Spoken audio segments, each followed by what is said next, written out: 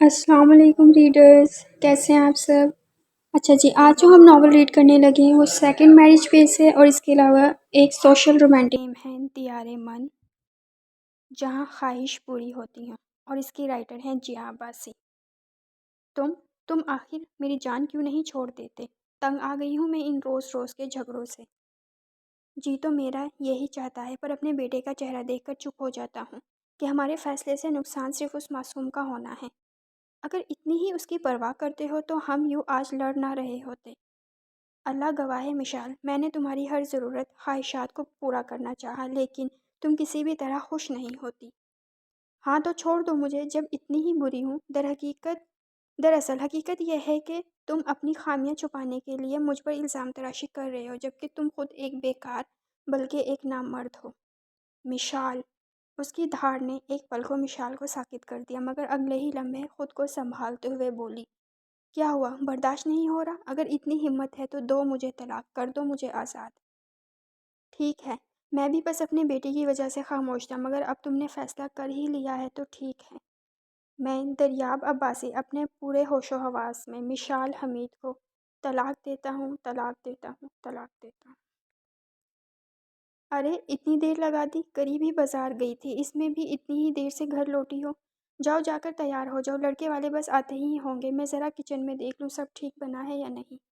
رباب بیگم کہتی کچن کی جانب چل دی، وہ بھی تھکے تھکے قدم اٹھاتی اپنے کمرے میں آ گئی۔ یہ کوئی پانچویں بار تھا کہ پھر اسے کوئی دیکھنے آ رہا تھا، اور ہر بار کی طرح اس بار بھی انکار ہو جانا تھا۔ وہ تھک گئی تھی یوں سب کے سامنے آتے آتے۔ آخر کیا برائی ہے مجھ میں کہ ایک غریب گھرانے میں پیدا ہوئی ایک سانولی لڑکی؟ بس تو کیا میرے پاس دل نہیں ہے، میرے پاس کوئی جذبات نہیں؟ وہ آئینے میں نظر آتے اپنے عکس کو دیکھ کر سوچنے لگی، ایسا نہیں تھا کہ وہ خوبصورت نہیں تھی، وہ ایک خوبصورت اور پرکشش لڑکی تھی، بس اس کی چائے جیسی رنگت اور گھریلو غربت نے گھر آئے کے رشتوں کو لوٹا دیا تھا۔ مہمان آ گئے ہیں اور تم ابھی تک تیار نہیں ہوئی؟ وہ جو اپنی سوچوں میں گم تھی، رباب بیگم کی بات پر سوچوں کے بھنور سے باہر آئی۔ بس امی، میں ابھی تیار ہو کر آئی، جلدی آؤ، باہر سب انتظار کر رہے ہیں۔ وہ اسبات میں سر ہلاتی الماری کی جانب بڑھی، ہلکے کام والا سادہ سا شلوار قمیض کا سوٹ نکال کر باتھ روم میں گھس گئی۔ وہ کچھ دیر پہلے ہی اپنے آفس سے آیا تھا اور اب اپنے بیڈ پر لیٹا چھت کو گھور رہا تھا جب تہمینہ بیگم دروازہ کھول کر اندر داخل ہوئی۔ دریاب ان کو دیکھ کر اٹھ بیٹھا۔ مجھے تم سے کچھ ضروری بات کرنی ہے، وہ اس کے پاس بیٹھتے ہوئے بولی۔ جی ماما بولے، کیا ہوا؟ اسامہ نے کچھ کیا ہے؟ نہیں، پھر کیا بات ہے؟ بیٹا میں چاہتی ہوں کہ اب تم شادی کر لو، 1 سال ہو گیا ہے، کم از کم اپنا نہیں تو اپنے بچے کے بارے میں تو سوچو۔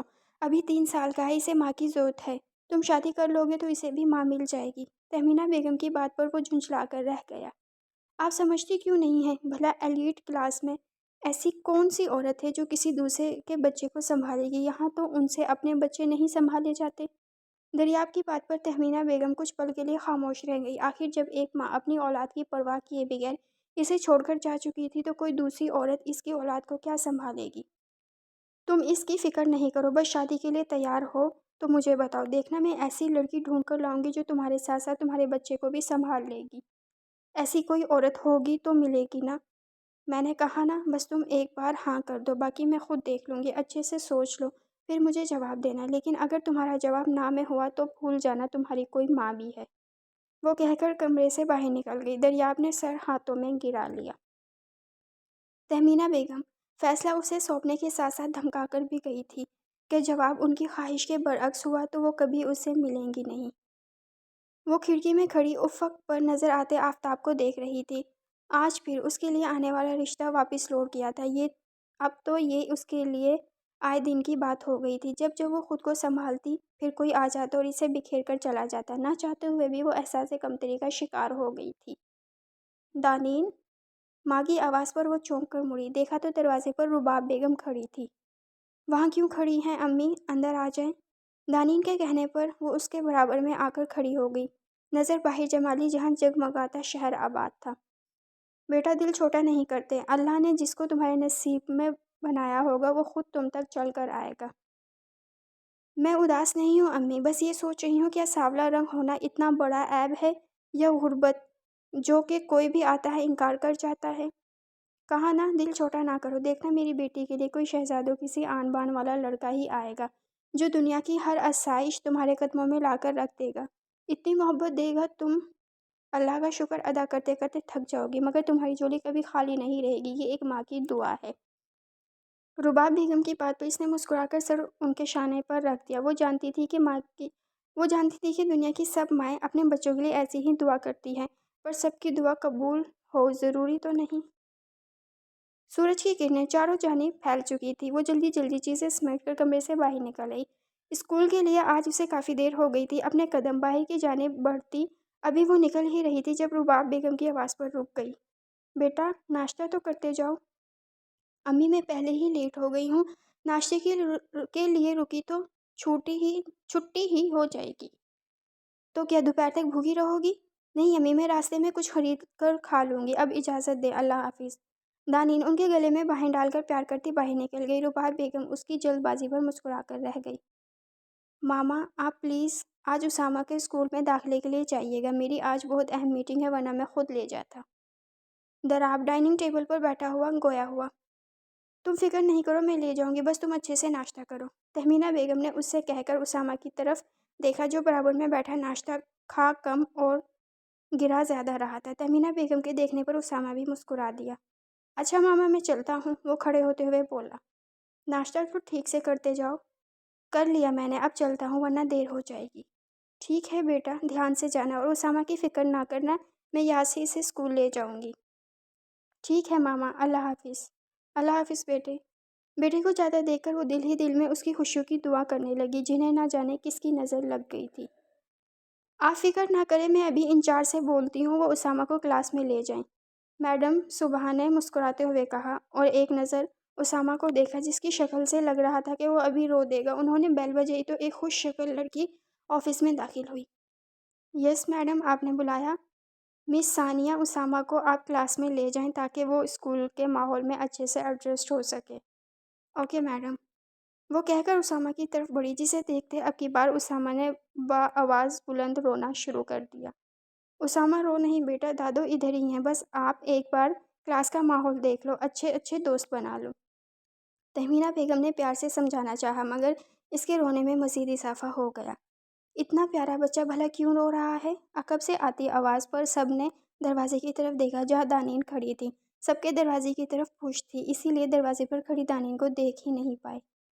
میں آئی کم ان میڈم؟ یس مس دانین، کوئی کام تھا؟ یس میڈم، یہ اٹینڈنس فائل دینی تھی۔ فائل میڈم کو پکڑا کر اس نے روتے ہوئے اسامہ کی طرف دیکھا جس کی ہچکیاں بن چکی تھی۔ ہیلو بڈی، رو کیوں رہے ہیں آپ؟ دانین نے مسکرا کر کہتے ہوئے اپنا ہاتھ اسامہ کے آگے کیا جسے روتے ہوئے اس نے تھام لیا۔ مجھے کلاس میں نہیں جانا۔ اوہ، تو آپ کو کلاس میں نہیں جانا؟ اسامہ نے روتے ہوئے اس بات میں سر ہلایا۔ اچھا تو میرے ساتھ چلیں گے، میں چاکلیٹ بھی دوں گی۔ چاکلیٹ کا نام سنتے ہی اسامہ رونا بھول گئے اور ہاتھ دانین کی طرف بڑھا دیے گویا یہ اعلان تھا کہ وہ اسے گود میں اٹھائے۔ مس دانین، آپ انہیں مونٹیسری میں لے جائیں اور میں مس ثانیہ آپ ان کے ساتھ ہی جائیں۔ یس میڈم، اسامہ کو گود میں اٹھائے دونوں کہتی آفس سے باہر نکل گئیں۔ اس ساری کارروائی میں تہمینہ بیگم جو خاموش بیٹھی تھی دانین کو دیکھ رہی تھی، ان کے جاتے ہی فوراً بولی، یہ اسامہ کی ٹیچر تھی؟ ارے نہیں، یہ سیکنڈری کی ٹیچر ہیں، پرائمری کی نہیں، بہت قابل ہیں۔ جی وہ تو دیکھ لیا، تہمینہ بیگم مسکراتے ہوئے بولی۔ یہ چائے رنگت والی لڑکی ان کے دل کو بھا گئی تھی۔ ڈائننگ ٹیبل پر بیٹھے وہ تینوں ڈنر کرنے میں مصروف تھے۔ خوشگوار ماحول میں کھانا کھانے کے بعد چائے کا دور چلا تو تہمینہ بیگم دریاب سے مخاطب ہوئیں۔ دریاب، تم نے مجھے ابھی تک کوئی جواب نہیں دیا، لیکن میں پھر بھی بتاتی چلوں کہ میں نے تمہارے لیے لڑکی دیکھ لی ہے۔ دریاب جو چائے پینے میں مصروف تھا، تہمینہ بیگم کی بات پر اسے یکدم پھندا لگا۔ کیا؟ ہاں، جب میں آج اسامہ کے داخلے کے لیے اسکول گئی تھی تو وہاں مجھے ایک ٹیچر ملی، ماشاءاللہ اتنی پیاری ہے، بس کیا بتاؤ، اس کی چائے جیسی رنگت میں بلا کی کشش ہے اور اسامہ سے تو اسے پیار سے پیش آ رہی تھی مانو اس کی اپنی اولاد ہو۔ تہمینہ بیگم خوش ہوتے ہوئے اسے بتا رہی تھی۔ ماما پلیز، وہ ٹیچر ہے، یہ اس کی جاب ہے، اس سب کے لیے پیسے ملتے ہیں اسے، لیکن کسی اور عورت کے بچے کو ماں کی طرح پیار کرنے اور اسے پالنے میں بہت فرق ہوتا ہے، آپ سمجھتی کیوں نہیں؟ دراب جھنجھلاتے ہوئے بولا۔ وہ ایک اچھے اخلاق کی لڑکی ہے اور مجھے پورا یقین ہے کہ وہ ایک اچھی ماں بھی ثابت ہوگی اسامہ کے لیے۔ میں تمہاری دشمن نہیں ہوں، تمہاری ماں ہوں، خوشی چاہتی ہوں تمہاری، اسی لیے میں اب مزید انکار نہیں سنوں گی۔ وہ غصے سے اسے دیکھتی ہوئی بولی، ٹھیک ہے، جو مرضی دل کرے آپ کریں۔ تہمینہ بیگم کی ضد کے بالآخر اسے گھٹنے ٹیکنے ہی پڑے۔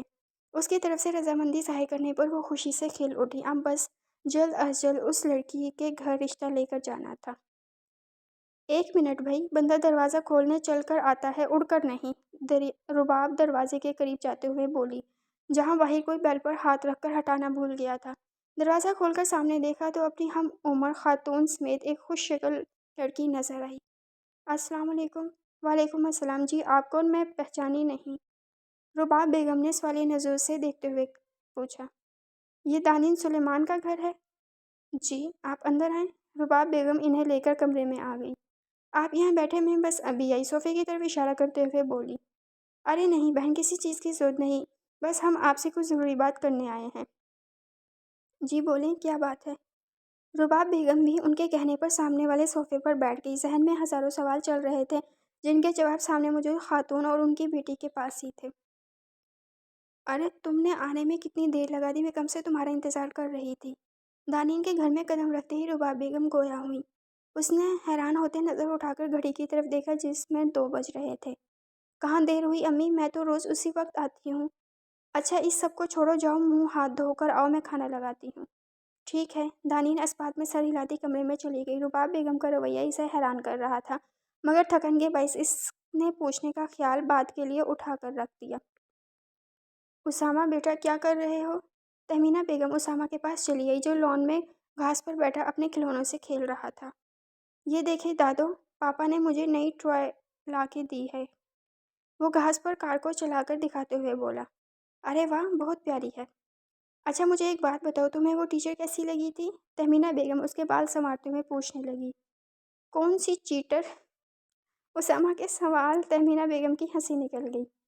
ارے چیٹر نہیں، ٹیچر، جنہوں نے آپ کو چاکلیٹ دی تھی۔ وہ تو بہت پیاری ہے، انہوں نے مجھے بہت ساری چاکلیٹ دی تھی۔ آپ کو اچھی لگی؟ ہاں بہت، اسامہ نے باہیں کھول کر بتایا۔ اگر ہم اس کو آپ کی ماما بنا دیں تو آپ کو برا تو نہیں لگے گا؟ تہمینہ بیگم نے ڈرتے ہوئے پوچھا۔ آخر وہ جو بھی کر رہی تھی اس کے لیے ہی تو کر رہی تھی، اگر یہی نہ قبول کرے تو فائدہ کیا؟ واقعی وہ میری ماما بنیں گی؟ اسامہ نے خوشی سے چہکتے ہوئے پوچھا۔ ہاں، اگر آپ چاہو تو ہم ان کو آپ کی ماما بنا دیں گے۔ ہاں مجھے بھی ماما چاہیے، میرے سب دوستوں کی ماما ہیں، مجھے بھی چاہیے، آپ ان کو میری ماما بنا دیں۔ اسامہ کھڑے ہو کر خوشی سے کودتے ہوئے بولا۔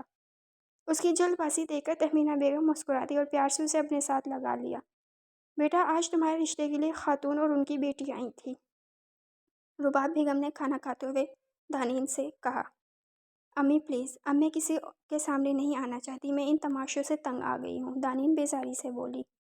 تمہیں ان کے سامنے آنے کی ضرورت نہیں، وہ تمہیں دیکھ چکی ہیں اور پسند بھی کر لیا ہے، رباب بیگم نے اطمینان سے بتایا۔ کیا؟ کون ہے؟ کہاں دیکھ لیا مجھے؟ دانین نے حیران ہوتے ہوئے یکدم سوالوں کی بوچھاڑ شروع کر دی۔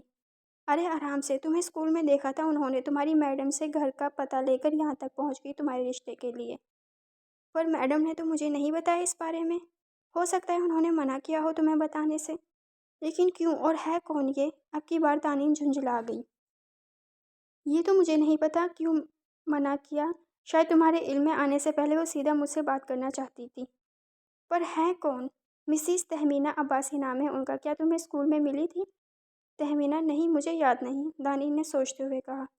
چلو کوئی بات نہیں، وہ اپنی بیٹی کی تصویر دے کر گئی ہیں، بہت ہی کھاتے پیتے لوگ ہیں، اور تو اور لڑکا بھی بالکل شہزادوں کی سی آن بان والا ہے، مجھے تو یقین نہیں آ رہا اللہ نے میری اتنی جلدی سن لی۔ رباب بیگم کی خوشی کی انتہا نہ تھی۔